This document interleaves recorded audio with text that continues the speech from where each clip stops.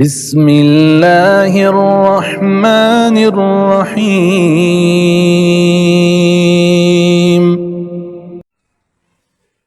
الحمد لله نحمده ونستعينه ونستغفره ونعوذ بالله من شرور أنفسنا ومن سيئات أعمالنا، من يهده الله فلا مضل له ومن يضلل فلا هادي له، وأشهد أن لا إله إلا الله وحده لا شريك له، وأشهد أن محمدا عبده ورسوله. أما بعد فإن خير الحديث كتاب الله، وخير الهدي هدي محمد صلى الله عليه وسلم، وشر الأمور محدثاتها، وكل محدثة بدعة، وكل بدعة ضلالة، وكل ضلالة في النار. أعوذ بالله السميع العليم من الشيطان الرجيم. يا أيها الذين آمنوا اتقوا الله حق تقاته ولا تموتن إلا وأنتم مسلمون. يا أيها الناس اتقوا ربكم الذي خلقكم من نفس واحدة وخلق منها زوجها وبث منهما رجالا كثيرا ونساء، واتقوا الله الذي تساءلون به والأرحام، إن الله كان عليكم رقيبا. يا أيها الذين آمنوا اتقوا الله وقولوا قولا سديدا يصلح لكم أعمالكم ويغفر لكم ذنوبكم، ومن يطع الله ورسوله فقد فاز فوزا عظيما. قال تعالى في مقام آخر: فإن آمنوا بمثل ما آمنتم به فقد اهتدوا، وإن تولوا فإنما هم في شقاق، فسيكفيكهم الله وهو السميع العليم. رب اشرح لي صدري ويسر لي أمري واحلل عقدة من لساني يفقه قولي. رب زدني علما. اللهم صل على محمد وعلى آل محمد كما تحب وترضى. ہر قسم کی حمد و ثنا اللہ وحدہ لا شریک کے لیے، درود و سلام امام الانبیاء خاتم النبیین جناب محمد الرسول اللہ صلی اللہ علیہ وآلہ وسلم کی ذات ارفع و بالا کے لیے اللہ تعالیٰ نے نبی کریم صلی اللہ علیہ وآلہ وسلم کو اس دنیا میں مشن رسالت دے کر بھیجا ہے، اور اس رسالت کے مشن میں کتاب و سنت کی تعلیم، وَيُزَكِّيهِمْ، اور لوگوں کی تربیت ہے، ان کا تزکیہ ہے، انہیں معاشرتی برائیوں سے پاک کرنا ہے۔ نبی پاک علیہ السلام کے دین پر چلنے والے لوگ اگر آج نماز پڑھیں، حج کریں، عمرہ کریں، اور اس کے ساتھ ساتھ ان میں ذاتی طور پر اوصاف پیدا ہو جائیں کہ یہ بندہ سچ بولتا ہے، یہ بندہ دیانت دار، امانت دار ہے، اس بندے کا اخلاق بہت اچھا ہے، یا اس کے کاروبار کے اصول بڑے عمدہ نرالا ہیں، تو ہماری اس کے ساتھ محبت بڑھ جاتی ہے، اور ہم یہ تصور کرتے ہیں کہ یہ بندہ صحیح معنوں میں مسلمان ہے اور دین پہ چلنے والا ہے۔ اب آج کے دور میں کسی کو دین پہنچانا، سمجھانا، سکھانا اور اللہ تعالیٰ اسے اس پہ چلنے کی توفیق عطا کر دے اور وہ باعمل مسلمان بن جائے، تو یہ سارا کردار پیچھے کس کا ہے؟ کسی نہ کسی عالم کا ہے، امام کا ہے، خطیب کا ہے، مدرس کا ہے۔ تو آج سے 1400 سال پہلے وہ لوگ کتنے خوش نصیب لوگ ہیں کہ جنہوں نے ڈائریکٹ شاگردی حاصل کی نبی کریم صلی اللہ علیہ وآلہ وسلم کی، کہ جن کے استاد کوئی امت میں عام آدمی نہیں بنے بلکہ اللہ کے رسول علیہ السلام ان کے استاد بنے، جو اس ساری کائنات سے بڑھ کے بہترین معلم ہیں۔ انہوں نے صحابہ کرام کو تعلیم دی، اور صحابہ کرام کی سیرت میں جتنا بھی نکھار پیدا ہوتا ہے ہم ان کی سیرت کو پڑھتے ہیں، دینداری، ایمانداری کو پڑھتے ہیں، اس میں ہم عمل کے جہان میں صحابہ کرام کو صف اول پہ دیکھتے ہیں، تو اس کے پیچھے کردار آمینہ کے لال علیہ السلام کا ہے۔ اگر ہم صحابہ کرام کی تربیت کا انکار کر دیں، ان کی تعلیم کا انکار کر دیں، اگر ان کے ایمان کا انکار کر دیں، تو یہ ڈائریکٹ انگلی جس کے کردار پہ اٹھے گی وہ آمینہ کے لال ہے۔ وہ استاد کیسا کہ جو تربیت نہ کر سکا، تعلیم نہ دے سکا، کتاب و سنت پہ چلا نہ سکا، کہ جس کے پیروکار تو دنیا میں ڈائریکٹ 1 لاکھ سے زیادہ تھے، مگر ایمان پہ صرف چند یا 5 رہے، باقی سارے ایمان سے نکل گئے۔ ایسی تمام باتیں صحابہ کرام کے بارے میں وہ دراصل صحابہ پہ نقد نہیں ہے، وہ آمینہ کے لال علیہ السلام پہ نقد ہے، آپ کے مشن رسالت پہ نقد ہے، آپ علیہ السلام کی محنت پہ سوال ہے۔ تو اس لیے آج ہر امتی مسلمان کا عقیدہ اور ایمان ہے کہ اللہ کے نبی نے اپنے مشن کو ایسے مکمل کیا، 1 لاکھ سے زیادہ صحابہ حجۃ الوداع کے موقع پہ ہیں، آمینہ کے لال کا آخری حج ہے، صحابہ سے پوچھتے ہیں بتاؤ میں نے اللہ کے دیے ہوئے مشن کو پورا کر دیا؟ صحابہ نے کہا پورا ہی نہیں کیا بلکہ آپ نے حق ادا کر دیا۔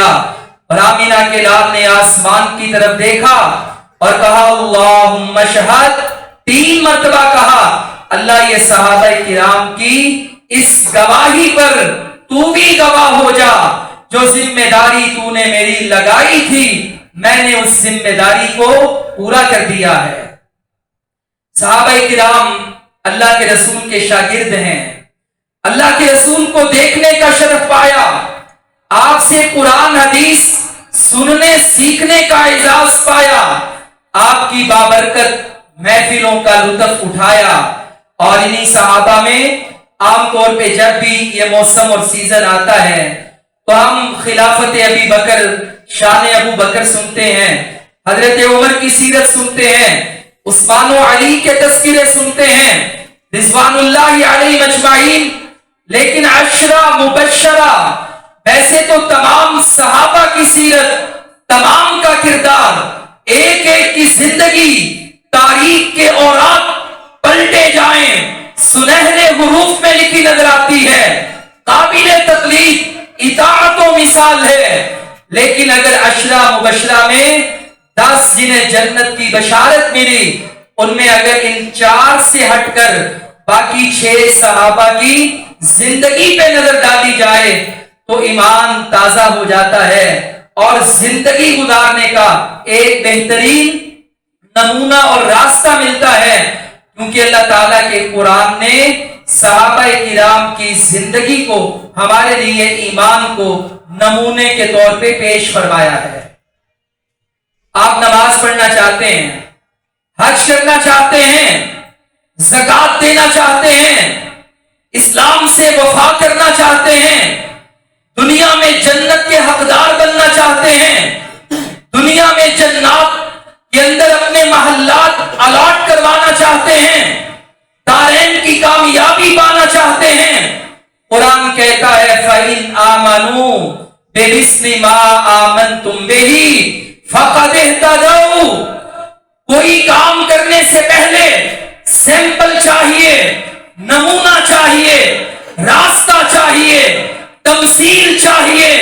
فرمایا جب ایمان کی باری آئے تو میں نبی کے صحابہ کو ماڈل بناتا ہوں، ان کے طرز عمل پہ چل جاؤ، ایمان لے آؤ، اللہ تعالیٰ تمہیں ہدایت عطا کر دے گا. فَقَدِ اهْتَدَوْا، تم بھی جنت میں چلے جاؤ گے اور نبی کے سچے امتی ہونے کا اعزاز حاصل کرو گے. صحابہ کے نقش قدم پر چلو. ان صحابہ میں ایک صحابی ہیں جن کا نام ہے عبد الرحمن بن عوف رضی اللہ تعالیٰ عنہ. میں جب بھی کسی صحابی کی بات پڑھوں تو ہر ایک کا کردار اسلام کے لیے قربانی بہت اعلیٰ ہے، لیکن جب میری نظر عشرہ مبشرہ میں خلفائے راشدین سے ہٹ کر عبد الرحمن بن عوف پہ پڑی تو میں حیران ہو گیا کہ بہترین مسلمان، عظیم کامیاب تاجر، جرت و شجاعت سے لبریز، بہترین مجاہد، سپہ سالار، عالم، زاہد، مفتی، جواد، اگر کسی کو تلاش کرنا چاہیں، کوئی ایک تمام صفات کا حامل، ہما جہت شخصیت کو پانا چاہیں اور اس کے نقش قدم پہ چلنا چاہیں تو اللہ کے رسول کے ایک صحابی ہیں، آپ کے ایک شاگرد ہیں جنہیں سیدنا عبد الرحمن بن عوف رضی اللہ تعالیٰ عنہ کے نام سے جانا جاتا ہے، کہ جن کا نام عبد الرحمن ہے اور جہالت میں ان کا نام عبد عمر یا عبد الکعبہ تھا، مگر یہ مسلمان ہو گئے، قریش سے تعلق رکھتے ہیں، قریش قبیلے کے بہت بڑے تاجر ہیں. مسلمان کیسے ہوئے؟ جناب صدیق اکبر، حضرت علی، سیدہ خدیجہ رضی اللہ تعالی عنہم، یہ تین ابھی مسلمان، بڑوں میں ابو بکر، بچوں میں علی، خواتین میں خدیجہ الکبریٰ رضی اللہ تعالی عنہم، یہ تین صرف مسلمان ہیں اور جناب صدیق بھی ایک تاجر ہیں. آپ اپنے 6 دوستوں کو جمع کرتے ہیں، ان میں عبد الرحمن بن عوف جو اس دور میں عبد الکعبہ یا عبد عمر کے نام سے معروف تھے، انہیں بھی جمع کیا اور انہیں اسلام کی دعوت دی. تو ایک وقت میں 7ویں یا 8ویں نمبر پہ مسلمان ہونے والے، دعوت قبول کرنے والے، لا الہ الا اللہ کو دل میں جگہ دینے والے، بسانے والے صحابی یہ عبد الرحمن بن عوف تھے. مسلمان ہو گئے. اللہ کے نبی نے ان کا نام عبد الکعبہ، کعبے کا بندہ، عبد عمر، عمر کا بندہ، اس سے ڈائیورٹ کر کے آپ نے ان کا نام عبد الرحمن رکھ دیا. یہ آج کے بعد الرحمن کا بندہ ہے، نہ کسی انسان کا غلام ہے، یہ صرف اللہ کا بندہ اور اس کا غلام ہے. حضرت عبد الرحمن بن عوف مسلمان ہوتے ہیں تو ان کے اسلام کے بعد بہت عظیم تاجر تھے، بڑا کاروبار بزنس تھا ان کے والد، یہ قتل ہو گئے جہالت میں، جوانی کی عمر میں ہی انہیں قتل کر دیا گیا. عوف بن عبد عوف ان کا نام ہے. ان کی ایک بہن ہے، ایک والدہ ہے، اس گھر کے اکیلے کفیل ہیں اور بہت بڑے تاجر ہیں، باپ کی وراثت مال تجارت کے مالک ہیں. لیکن جب اسلام قبول کیا، جتنی مشکلات باقی مسلمانوں پہ آئیں وہی مشکلات عبد الرحمن اور اس کے گھر والوں پہ آئیں. بائیکاٹ کر دیا گیا، تجارت کا بائیکاٹ کر دیا گیا، سماج کا بائیکاٹ کر دیا گیا، تکالیف کو برداشت کیا. اللہ تعالیٰ نے انہیں اس اعزاز کا حقدار ٹھہرایا. والسابقون الاولون من المہاجرین والانصار، یہ وہی لوگ ہیں جو پہلے کلمہ پڑھنے والے، تعلق ان کا مہاجرین سے ہے یا انصار سے ہے. ان میں عبد الرحمن بن عوف رضی اللہ تعالیٰ عنہ بھی شامل ہیں. اللہ تعالیٰ نے یہ اعزاز عبد الرحمن کو بھی عطا کر دیا.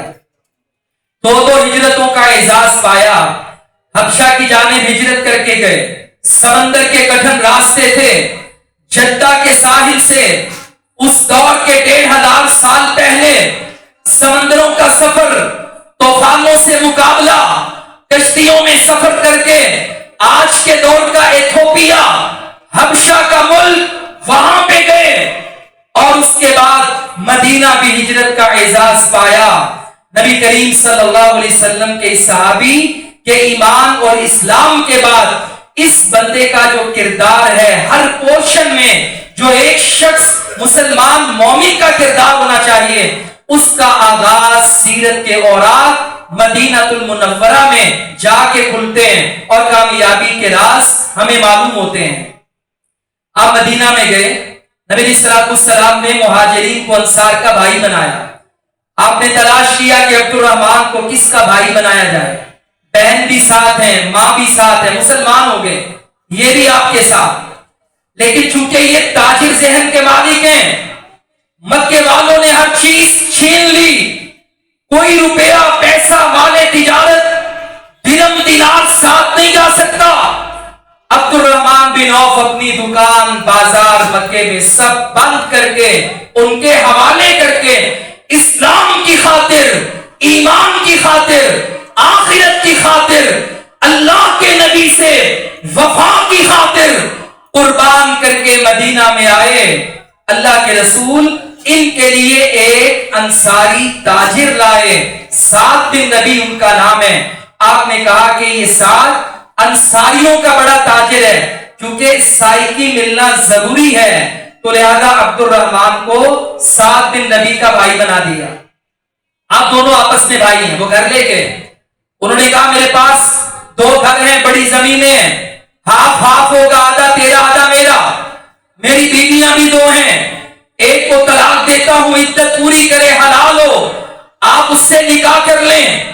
گھر 2 ہیں, ایک میرا ہے ایک آپ کا ہے, بتائیے کیا لینا چاہتے ہیں.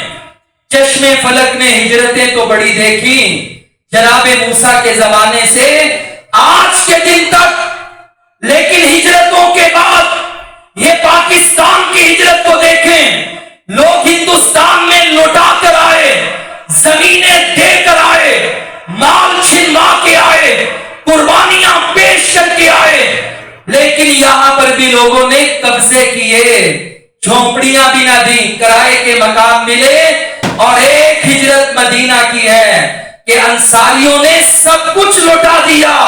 آدھی زمینیں لے لو, آدھے گھر لے لو, بیویاں 2 ہیں, طلاق عدت کے بعد ایک آپ لے لو. تاریخ میں کوئی بھی ایسا انصار مددگار ہمیں نہیں ملتا جو مثال پیغمبر کے صحابہ نے مدینہ کی سرزمین پہ اہل مکہ کے لیے پیش کی. حضرت عبد الرحمان نے کہا مجھے کچھ نہیں چاہیے, آفر تو بہت بڑی, آدھی زمینیں لے لو, ایک بڑا بنایا گھر لے لو, مجھے کچھ نہیں چاہیے. یہ فرق ہے. کامیاب تاجر بننے کے لیے, کاروبار میں برکت لانے کے لیے, یہ ایک ذہن کا فرق ہے کہ دوسرے کے مال پہ نظر نہیں ہونی چاہیے, حسد نہیں ہونا چاہیے کہ اس سے بھی اللہ لے لے بس مجھے دے دے. یہ فرق تھا عبد الرحمان بن عوف کا. حالانکہ اللہ کے رسول نے کہا ہے دینے والے بھی راضی ہیں, دے کر لینے والے بھی راضی ہیں. عبد الرحمان نے کہا مجھے کچھ نہیں چاہیے, بس مجھے بازار کا راستہ بتا دو. بازار کا راستہ بتا دیا گیا. اگلے دن جا کے کل بڑی دکان پہ بیٹھنے والا مکے کے بازار کا تاجر اور مالک آج ایک مزدور کی طرح مدینے میں مزدوری کرتا ہے. تھوڑے سے پیسے کمائے, پنیر اور گھی جمع کیا, پھر اسے بیچا. دیکھتے ہی دیکھتے اللہ تعالیٰ نے اتنا فضل کیا, اتنا مال عطا کر دیا کہ چند دنوں کے بعد انہوں نے ایک انصاری گھر میں اپنا نکاح کر لیا اور نبی علیہ الصلوۃ والسلام کو بتایا بھی نہیں. آپ نے جب اگلے دن نماز کے وقت ان کے کپڑوں پہ مہندی کا رنگ دیکھا تو آپ نے کہا کیا آپ نے نکاح کیا ہے؟ فرمایا میں نے کر لیا ہے. نبی علیہ الصلوۃ والسلام نے موڈ نہیں بنایا, دیکھو بھائی کل سب کچھ لوٹا کے آئے, آج ذرا روپیہ پیسہ مال آیا, شادی کی اور مجھے بتایا بھی نہیں. جبکہ ہمارے معاشرے میں شادی پہ نہ بلائیں, کتنے جھگڑے, کتنے موڈ, کتنی رشتہ داریاں, کتنے تعلق ٹوٹ جاتے ہیں. یہاں نبی اور امتی کا فرق ہے, اور اپنے نبی کو نہیں بتایا.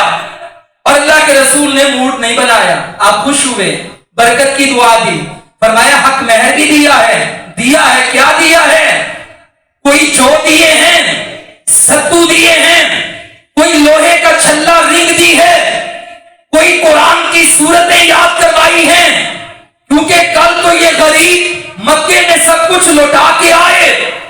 کہا اللہ کے نبی میں نے حق مہر میں سونے کا ایک ٹکڑا دیا ہے, اتنا قیمتی حق مہر دیا. فرمایا اولم ولو بشاتن, اب عبد الرحمان عام ولیمہ نہیں چلے گا کہ تو کھجوریں ستو جو کا حلوہ بنا کے کھلا دے, بلکہ بکری ذبح کر مٹن کھلا اور ولیمے کی دعوت بنا. اب یہ وہ ہیں جو کل لٹا کے آئے اور آج اتنے عظیم کاروبار میں اتنی ترقی. میں کل ایک کتاب پڑھ رہا تھا اسد الغابہ علامہ ابن اسیر کی, صحابہ کرام کی اس کے اندر سیرت موجود ہے. انہوں نے ایک واقعہ بیان کیا, فرماتے ہیں ایک دن مدینہ میں سیدہ عائشہ رضی اللہ تعالی عنہا اپنی خادمہ سے پوچھتی ہیں یہ زلزلہ, یہ دھمک, یہ جو آج مدینے کی سڑک پہ گلی میں پڑ رہی اور یہ دھمک ہمارے گھر تک آ رہی, کیا کوئی زلزلہ آ گیا ہے؟ ذرا دیکھ تو صحیح یہ دھمک کس بات کی ہے. وہ فرماتی ہیں میں نے جب باہر جھانک کے دیکھا تو 700 اونٹوں کا قافلہ چل رہا تھا, اور یہ اس زمانے کی گاڑیاں تھیں, اس کے اوپر سامان تجارت, اناج, اس کے اوپر گھی, ستو, گندم, چاول, اس کے ڈھیر, کتنی مالیت کے وہ الگ. 700 اونٹوں کا قافلہ چل رہا ہے. اور میں نے قافلے والوں سے پوچھا یہ مدینے میں کس قافلے کی آمد ہے, تو مجھے بتایا گیا یہ عبد الرحمان بن عوف کا قافلہ ہے, اور قافلہ چل رہا ہے, دھمک پڑ رہی ہے. یہاں پہ اگر کوئی دیہات میں رہتا ہے وہ 7-8 گائے بھینسیں رکھنے, 700-800 نہیں, اس کے چلنے کے انداز بدل جاتے ہیں. کسی کے پاس 3-4 قیمتی گاڑیاں آ جائیں, اس کے چلنے ملنے گزرنے کے انداز بدل جاتے ہیں. سوشل میڈیا کی مہم بدل جاتی ہے, چلنے والے ٹریک سانگ بدل جاتے ہیں. یہ کیا بھئی 4 گاڑیاں آ گئیں اور بندہ بندے کو بندہ نہیں سمجھتا. اور ادھر دیکھو عبد الرحمان بن عوف کی اپنے سرخ گھوڑے اونٹ الگ, یہ صرف سامان اٹھانے والے طرف, اور یہ چند سالوں کی برکت. کل جو مدینے سے خالی ہاتھ, مدینے میں خالی ہاتھ آ کر مزدوری کر رہے تھے, آج 700 اونٹوں کا قافلہ چل رہا ہے. یہ عبد الرحمان بن عوف کو اللہ تعالیٰ نے تجارت کے اندر برکت عطا فرمائی. اور اس کے پیچھے سبب کیا ہے کہ ان کی زندگی کا یہ وصف تھا, آپ اللہ تعالیٰ کے راستے میں بڑا ہی خرچ کیا کرتے تھے. پہلے دن جب بازار میں گئے تو اللہ تعالیٰ سے کہا اللہ اگر تو مجھے مال دینا تو میں اپنے پرافٹ سے, انکم سے آدھا مال تیرے راستے میں خرچ کیا کروں گا, آدھا مال. اب ہم میں سے کسی بندے کی ₹1,00,000 سیلری ہے, 50,000 روپے سیلری ہے, 5 لاکھ روپے آمدن ہے, 10 لاکھ آمدن ہے, کروڑ آمدن ہے ماہانہ. کون سا ایسا بندہ ہے جو آج کے دور میں کہے کوئی ایسا تاجر تو مجھے دکھاؤ کہ جس نے اللہ سے ڈیل کی ہو, یا اللہ آدھا تیرا آدھا میرا.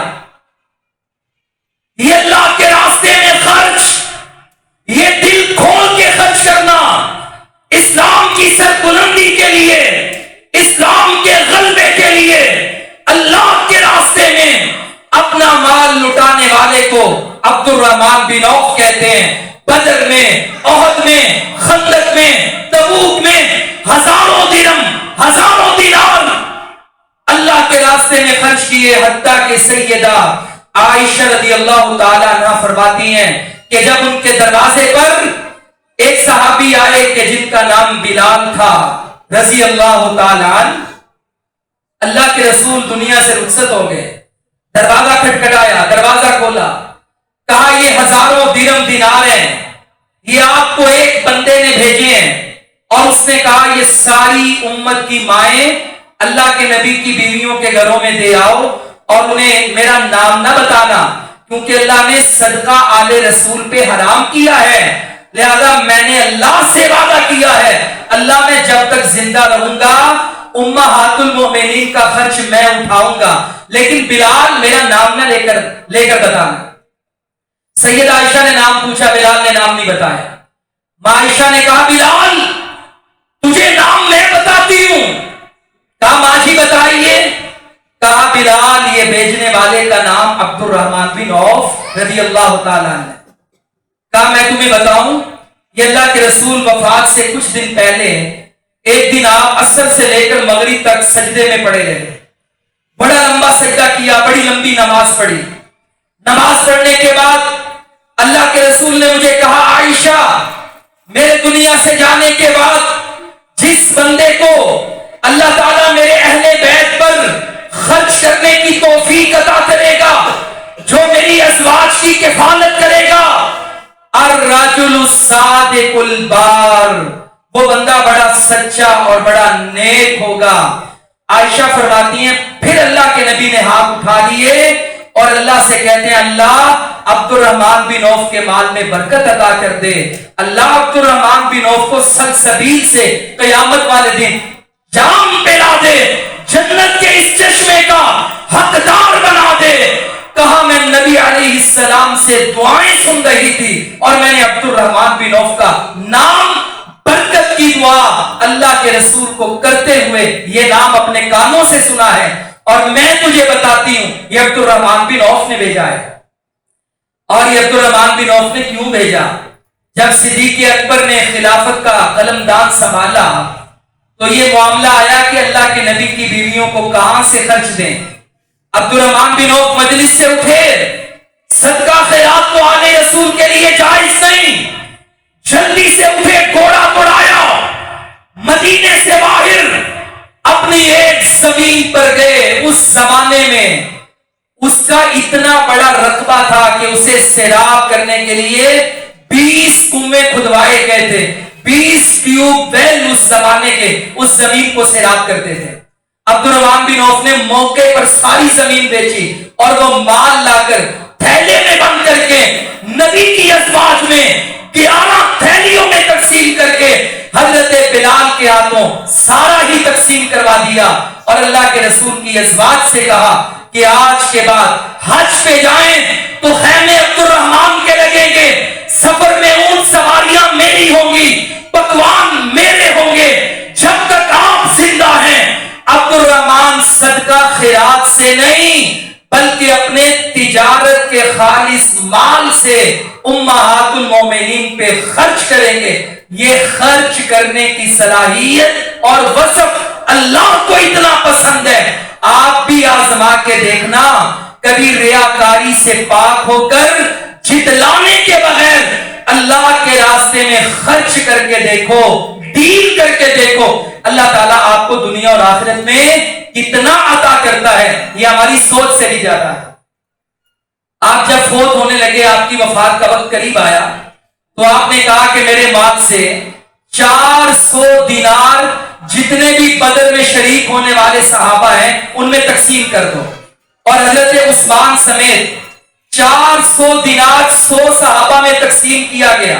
اب آپ حساب لگا لیں، دینار یہ خرچ کرنے کی صلاحیت، اللہ کے راستے میں دینے کا جذبہ، اور دوسرے نمبر پہ جب ہم یہ ایک تاجر کو علم کے میدان میں دیکھتے ہیں تو اللہ کے رسول کی حدیثیں یاد، قرآن کی آیتیں یاد، نبی کریم صلی اللہ علیہ وآلہ وسلم آپ کے ساتھ ایک صحابی کا یہ اعزاز ہے، اور یہ اعزاز صدیق اکبر کے علاوہ اور کسی کے حصے میں نہیں آیا، صرف عبد الرحمن کے حصے میں آیا ہے۔ سارے صحابہ نے نمازیں اللہ کے رسول کے پیچھے پڑھی ہیں، جبکہ اللہ کے نبی نے عبد الرحمن بن عوف کے پیچھے ایک نماز پڑھی ہے۔ صدیق اکبر رضی اللہ تعالیٰ عنہ کی بھی نماز، اللہ کے نبی نماز میں آگے تھے، خود امامت کروانے لگے، بیٹھ کے صدیق کو ساتھ کھڑے کیا۔ فجر کی نماز میں سفر کے اندر تاخیر ہو گئی اور صفیں بن گئی، کسی نے کہا کہ اللہ کے نبی تو موجود نہیں ہیں، عبد الرحمن آپ نماز کروائیں، آپ نے نماز شروع کر دی۔ ابھی نماز شروع ہوئی تھی، ایک رکعت گزری، اللہ کے رسول آ گئے، آپ کی خوشبو عبد الرحمن بن عوف نے پائی تو آپ پیچھے ہٹنے لگے۔ اللہ کے نبی نے اشارہ کیا، آواز دی، اپنی جگہ پہ نماز جاری رکھیں۔ بقیہ نماز اللہ کے نبی نے ان کے پیچھے ادا کی اور بعد میں اپنی ایک رکعت مکمل کی۔ یہ اعزاز اللہ نے عبد الرحمن بن عوف کو عطا کیا۔ قرآن کے بہترین قاری تھے اور امام کے پیچھے کھڑے ہوتے، صف اول کے نمازی تھے۔ ان کی دکان نے، ان کے ملازمین نے، ان کے کاروبار نے، ان کی بہت بڑی تجارت نے عبد الرحمن بن عوف کو صف اول سے کبھی پیچھا نہیں ہونے دیا۔ حضرت عمر بن خطاب پہ جب 26 ذوالحجہ کو فجر کی نماز کے وقت حملہ کیا گیا تو پیچھے عبد الرحمن کھڑے تھے۔ آپ نے زخمی حالت میں عبد الرحمن کو آگے کیا اور انہوں نے مختصر نماز پڑھائی۔ یہ صف اول کا شوق حضرت عبد الرحمن بن عوف میں ملتا ہے۔ میں نمازیں چھوڑتا جاؤں، نمازوں کو ٹائم نہ دوں، میری دکان عزیز ہے، میرے مہمان عزیز ہیں، میرے کاروباری، میری کاروبار کی ڈیل عزیز ہے، پھر اس کے بعد میں کہتا ہوں میرے کاروبار میں برکت نہیں ہوتی، نقصان بڑا ہوتا ہے، میں نے نماز کو عزت نہیں دی۔ صف اول میں نماز، مسجد خالی ہے، تاجر نہیں ہے، نمازیں ضائع کرتے ہیں، اذان کے وقت مسجد میں نہیں آتے، تکبیر کے وقت مسجد میں نہیں آتے، تو آسمانوں سے بھی ہمارے کاروبار میں برکت نہیں آتی۔ عظیم تاجر لیکن صف اول میں امام کے پیچھے نمازی ہیں، یہ ان کے کاروبار میں برکت کا سب سے بڑا راز ہے۔ عبد الرحمن بن عوف علم میں بھی بہت آگے تھے۔ حضرت عمر شام میں گئے، ابو عبیدہ بن جراح نے دعوت دی، آئیے شام میں، قافلہ لے کے وہاں پہ چلے گئے۔ شام میں داخل ہونے سے پہلے قافلے نے آ کر بتایا، اے مدینے سے آنے والوں رک جاؤ، شام میں طاعون وائرس آ گیا ہے اور بڑی تیزی کے ساتھ لوگوں کی موت ہو رہی ہے، آگے نہ بڑھنا۔ عبد الرحمن بن عوف 20 قافلے میں تھے، مگر تھوڑی دیر کے لیے، چونکہ جو تاجر ہوتا ہے وہ کسی نئے علاقے میں جا کر اپنا کام بھی کرتا ہے، آپ کسی ضرورت میں باہر چلے گئے، اب ابو عبیدہ بن جراح بھی آگے، انہوں نے کہا آگے چلیں، عمر نے کہا آگے وائرس ہے، موت ہو رہی ہے۔ بخاری کی حدیث ہے، آپ نے کہا چلو ایسا کرو، السابقون الاولون جو صحابہ ہیں میرے پاس آئیں، مہاجرین آئیں، مشورہ کیا لیکن اختلاف ہو گیا، بعض نے کہا جاؤ، بعض نے کہا نہ جاؤ، آپ نے کہا چلے جاؤ یہاں سے۔ کہا مدینے کے انصار آئیں، انصاری آگے، مشورہ دو بھائی، بعض نے کہا جاؤ آگے، بعض نے کہا مدینے واپس چلے جاؤ، پھر اختلاف ہو گیا۔ حضرت عمر نے کہا کہ کل صبح میں فیصلہ کروں گا کہ میں نے کیا کرنا ہے، لہذا عبد الرحمن بن عوف بھی رات کو واپس آ گئے۔ عبد الرحمن بن عوف نے کہا بتائیے مسئلہ کیا ہے؟ کہا مسئلہ یہ کہ آگے وائرس موت، اب ہم تقدیر پر ایمان رکھ کے آگے چلے جائیں یا احتیاط کرتے ہوئے مدینہ پلٹ جائیں؟ تو عبد الرحمن نے کہا انی اعلم علما فاجبت بها، میرے پاس ایک ایسا علم ہے، میں اس کے مطابق جواب دیتا ہوں، اور میں نے لوگوں کو بتا بھی دیا ہے۔ کہا کیا جواب ہے؟ کہا میں نے اللہ کے رسول سے سنا تھا کہ جب بھی تم کسی وائرس زدہ زمین میں چلے جاؤ، داخل ہونے سے پہلے تمہیں پتا چلے کہ یہاں پہ وائرس بیماری ہے، جو باہر والے ہیں وہ اندر نہ جائیں، جو اندر والے ہیں باہر نہ جائیں۔ لہذا اس حدیث سے میں آپ کو فتویٰ دیتا ہوں، ابھی ہم شام میں داخل نہیں ہوئے، اندر جانا موت کو دعوت دینا ہے، حدیث پہ عمل کرتے ہوئے ہمیں مدینہ واپس جانا ہے، لہذا عمر بن خطاب مدینے میں واپس پلٹ آئے۔ اب اس میں ایک اور مسئلہ ہے کہ جب بھی امت میں اختلاف ہو تو اختلاف کا حل مہاجرین کے رائے نہیں ہوا، انصار صحابہ کی رائے آئی، اختلاف حل نہیں ہوا۔ اختلاف حل ہوا جب عبد الرحمن بن عوف نے اللہ کے نبی کا فرمان پڑھ کے سنایا۔ آج بھی امت میں بڑے فرقے ہیں، بڑے مسلک ہیں، بڑے اختلاف ہیں، لیکن ہم تمام مسلمانوں کو دعوت دیتے ہیں آج بھی اللہ کی کتاب اور اس کے رسول کی سنت، دلیل طلب کرو، دلیل کا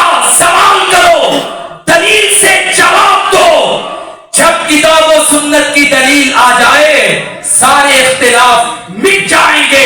یہاں پر بھی عبد الرحمن بن عوف نے اللہ کے نبی کی حدیث پڑھ کے سنائی ہے، اختلاف ختم ہو گیا۔ اب مجھے کوئی تاجر تو دکھاؤ جس کے پاس آج کے دور میں اتنا علم ہو۔ ہمیں تو نماز نہیں پڑھنی آتی، لیکن تجارت بھی عظیم اور علم بھی عظیم، سخاوت بھی عظیم، نماز بھی عظیم۔ صرف اتنی بات نہیں، بلکہ اگر میں اس عظیم تاجر کی قربانی کی بات کروں، ہمارے ہاں جب بھی جہاد کی بات ہوتی ہے نا تو ہم لوگ سمجھتے ہیں کہ بھئی پیسے خرچ کر دو، فلسطین بھیج دو، کشمیر بھیج دو، ہم بھی بڑے جہاد میں شریک ہو گئے، ہمیں ثواب ہوگا۔ لیکن بنفس نفیس جہاد میں جانا، یہ بھی سنت اگر ملتی ہے تو نبی کے صحابہ کی اور ان میں حضرت عبد الرحمن بن عوف رضی اللہ تعالیٰ عنہ کی۔ یہ نہیں کہا کہ میرا کاروبار ہے، کاروبار کا کیا بنے گا۔ بدر میں شریک ہوئے عبد الرحمن، احد میں شریک ہوئے عبد الرحمن، جب دشمن نے پلٹ کے وار کیا 21 زخم آئے عبد الرحمن بن عوف کو، سامنے کے 2 دانت ٹوٹ گئے، پاؤں میں ایسا زخم آیا ساری زندگی کے لیے پاؤں میں جھول آ گیا، ہلکا سا لنگڑا کے چلا کرتے تھے۔ یہ جہاد کا زخم تھا۔ خندق میں عبد الرحمن بن عوف، حدیبیہ میں عبد الرحمن بن عوف، تبوک میں عبد الرحمن بن عوف، فتح مکہ میں عبد الرحمن بن عوف، صدیق اکبر کی مہمات میں عبد الرحمن بن عوف، 10 سال دور فاروقی عبد الرحمن بن عوف، حضرت عثمان کے 7 سال 31 برس میں، 31 ہجری میں، 75 سال کی عمر میں دور عثمانی میں حضرت عبد الرحمن بن عوف فوت ہوئے۔ کوئی ایسا غزوہ نہیں تھا کہ اللہ کے نبی اس میں جائیں اور عبد الرحمن پیچھے رہ جائیں۔ عملی طور پہ اپنے آپ کو قربانی کے لیے، جہاد کے لیے میدان میں پیش کیا عبد الرحمن بن عوف رضی اللہ تعالیٰ عنہ نے۔ یہ ان کی عظمت کا راز ہے۔ نہ تجارت آڑے آئی جہاد کے راستے میں، نہ علم آڑے آیا، نہ کوئی اور چیز، کوئی چیز رکاوٹ نہیں ہے۔ لیکن ایک بندہ جو اتنا بڑا تاجر، اتنا عظیم خرچ کرنے والا، اس کی سائیکی کیا ہے؟ ہمارے ہاں یہ جو دولت ہے نا، مال، یہ مال جیسے جیسے آتا ہے، بعض لوگ، اللہ تعالیٰ بچا لے ہم سب کو، غرور پیدا ہو جاتا ہے، نخوت آ جاتی ہے۔ ہم کسی غریب کو، مسلمان تو سمجھ لیں شاید انسان سمجھنے کو تیار نہیں ہوتے، کسی غریب رشتہ دار پہ ہماری آنکھ نہیں ٹکتی۔ لیکن قربان جائیں عبد الرحمن بن عوف پر، جیسے جیسے اللہ نے انہیں دولت عطا کی، سمندر عطا کیے، درہم و دینار کے، گھوڑوں اونٹوں کے ریوڑ عطا کیے، عبد الرحمن بن عوف ویسے ویسے اللہ کے قریب ہوتے گئے۔ اللہ تعالیٰ کا ڈر آپ کے دل میں اتنا ہی بڑھتا گیا، زیادہ ہوتا گیا۔ ایک دن مسجد نبی کے دروازے پہ کھڑے ہیں لوگ، نماز پڑھ کے جا رہے ہیں۔ عبد الرحمن بن عوف لوگوں کو بڑی عجیب نگاہوں سے دیکھ رہے ہیں اور دقیق نگاہوں سے دیکھ رہے ہیں۔ پوچھنے والے نے سوال کیا، عبد الرحمن خیر تو ہے؟ دروازے پہ کھڑے ہیں اور لوگوں کو دیکھتے جا رہے ہیں، دیکھتے جا رہے ہیں۔ اللہ کے نبی کے پاس لائے، کہا میری بہن جوان ہو گئی ہے، وہ بھی مسلمان ہو کر مدینہ میں آئی، میں اس کا رشتہ تلاش کر رہا تھا، میں ایک تاجر ہوں، مجھے انصار میں تاجر تو بڑے نظر آئے مگر بلال جیسا مومن نظر نہیں آیا۔ اللہ کے نبی، میں اپنی بہن کا نکاح سیدنا بلال سے کرتا ہوں، آپ نکاح پڑھا دیں۔ کدھر تاجر، کدھر آزاد کردہ غلام، کدھر قریشی، کدھر حبشی۔ جیسے جیسے دولت ملی، سٹیٹس کی دوڑ نہیں لگی، بلکہ ایمان میں، عمل میں، للہیت میں اپنے آپ کو بلند پایا۔ اور آخر میں حضرت عبد الرحمن بن عوف کا یہ بھی واقعہ صحیح بخاری میں ہے کہ جس سے تقوی کی جھلک نظر آتی ہے کہ آپ نے ایک دن نفلی روزہ رکھا، سوموار یا جمعرات کا۔ جب شام ڈھلی اور افطاری کا وقت قریب ہوا تو اپنے دوستوں سے کہا، غلاموں سے کہا کہ آپ میرے سامنے دسترخوان لگاؤ۔ انہوں نے دسترخوان لگایا، شوربہ، روٹیاں، گوشت، جتنی بھی آئٹمز تھی بلا کر ان کے سامنے رکھی اور سریب بنا دی۔ عبد الرحمن بن عوف افطاری کا وقت ہو گیا، اچانک زاروں کی طرح رونے لگ پڑے۔